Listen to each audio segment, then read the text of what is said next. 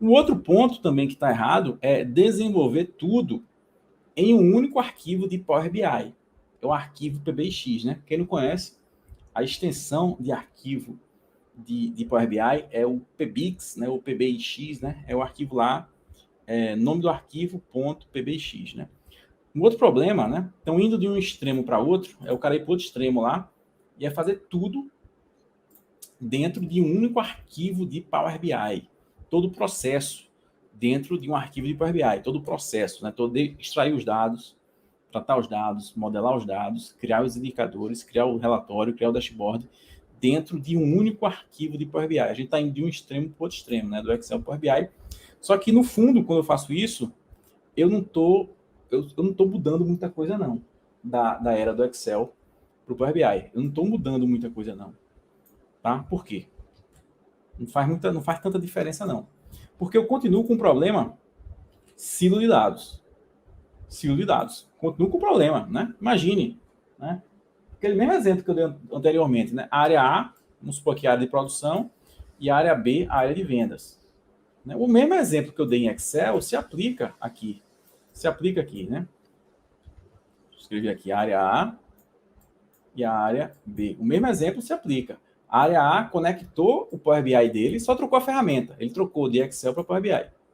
Conectou na fonte de dados, tratou dentro de um único PBX, modelou, criou indicador e criou o relatório. E a área B, por exemplo, aqui a área de vendas, conectou dentro do pegou um PBX também, conectou na fonte, tratou.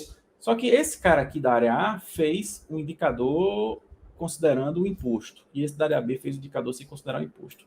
Então, aplicou um filtro lá no tratamento, lá no ETL dele. Um aplicou um filtro, outro não aplicou um filtro.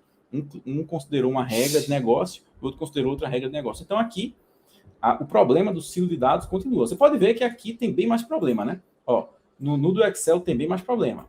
No do Power BI é ruim ainda, mas tem menos problema. Por quê? Porque aqui com o Power BI, pelo menos eu consigo agendar a atualização automática, né? Eu tenho segurança no compartilhamento, eu agendo a atualização automática, pelo menos até 8 vezes por dia. Tenho segurança no compartilhamento, compartilho isso de forma segura.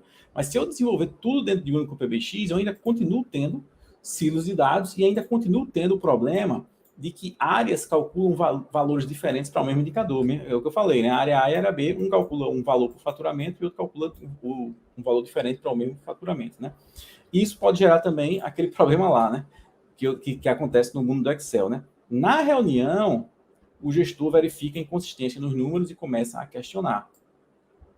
Porque muitas vezes o analista que desenvolveu isso está focado só em gerar o número, não está focado em analisar, né? Não está fazendo o trabalho dele de analista, está fazendo o trabalho de planilheiro, o trabalho de operador, né? E não, você tem que fazer o trabalho de analista. Você não só gera um número, você não só gera o número, você analisa também.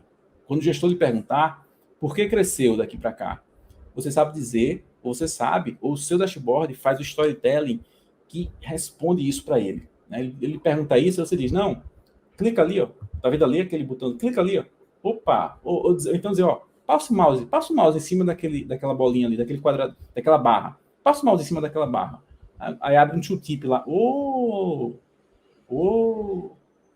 a moral que você ganha, né, com o cara. O que não pode acontecer é numa reunião, um gestor te questionar sobre determinado número e você ficar gaguejando, né? E dizer, amanhã eu te digo. É complicado, né? Aqui a gente tem as fontes de dados, por exemplo, banco transacional, planilha, arquivo de texto, Excel, web, API, etc. Né? A gente precisa pegar essa base, essas fontes de dados, e converter elas em uma base analítica.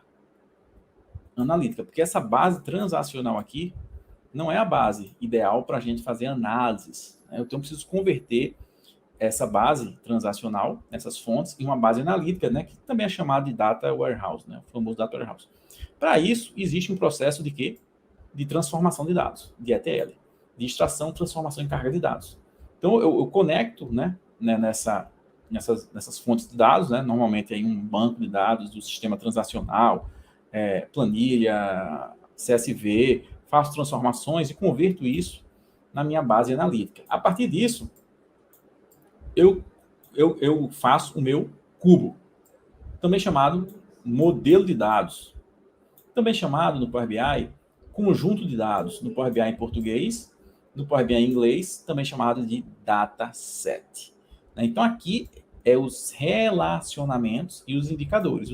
Os indicadores estão aqui, estão nesse cubo, aqui, ó.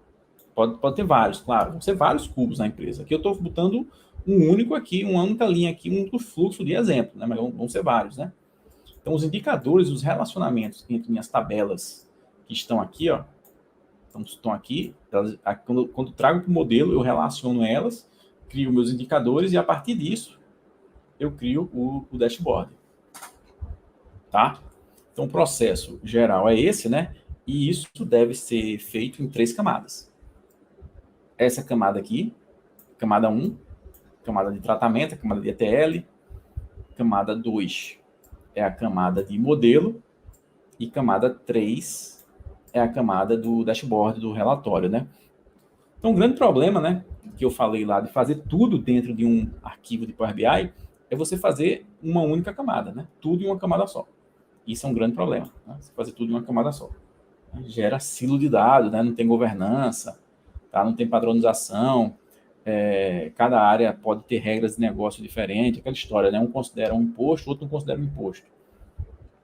Tá? Então, o ideal é você fazer esse processo em 3 camadas.